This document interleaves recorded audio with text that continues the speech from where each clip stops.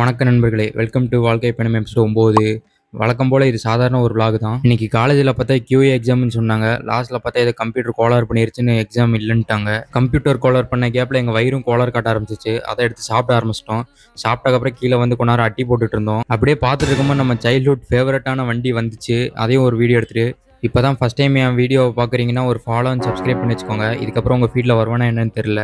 அப்புறம் நம்ம அட்டக்கத்தி இன்பா பார்த்தீங்கன்னா அரை மணி நேரமாக ஒரு சாக்லேட்டை பிரிச்சுட்டு இருந்தாரு. ஒரு வேலையை நம்ம கேட்காமலே என்கிட்ட கொடுத்துட்டான். அப்புறம் லாஸ்ட் 2 பீரியடையும் முடித்தோடனே காலேஜும் முடிஞ்சோடனே நேரம் வண்டி எடுத்துகிட்டு வீட்டுக்கு கிளம்பியாச்சு. ஒரு வேளை வெற்றிகரமாக வீட்டுக்கும் வந்தாச்சு. வந்தவொடனே செம்ம டயர்டு, கை கால்லாம் வலிக்க ஆரம்பிச்சிருச்சு.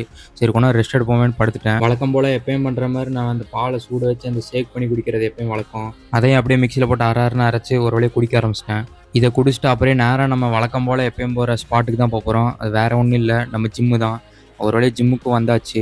இன்றைக்கி லெக்கு ஷோல்டர் பிரின்னு பிரித்து எடுத்துட்டு அப்படியே நேராக வீட்டுக்கு கிளம்பியாச்சு. இன்றைக்கி சிக்கன் கடை போட்டிருந்தனால சிக்கன் வாங்க முடியல. அப்படியே வீட்டில் வந்து கண்ணாடியில் ஒரு ஃப்ளெக்ஸிங்கை போட்டுட்டு ரொம்ப ஜிம்மில் வேர்த்து ஊற்றுனால கொஞ்சம் குளிச்சா தான் கரெக்டாக இருக்கும்னு சொல்லிட்டு நைட் நேரம் குளிக்க ஆரம்பிச்சிட்டேன். அப்படியே போய் மஜாவாக குளிச்சுட்டு வந்தோடனே போய் தூக்கமாக வந்தது. சரி சாப்பிட்டு தான் தூங்கணும்னு சொல்லி சாப்பிட்டு அப்படியே படுத்து தூங்க ஆரம்பிச்சிட்டேன். நண்பர்களே, அடுத்த vlogல சந்திப்போம்.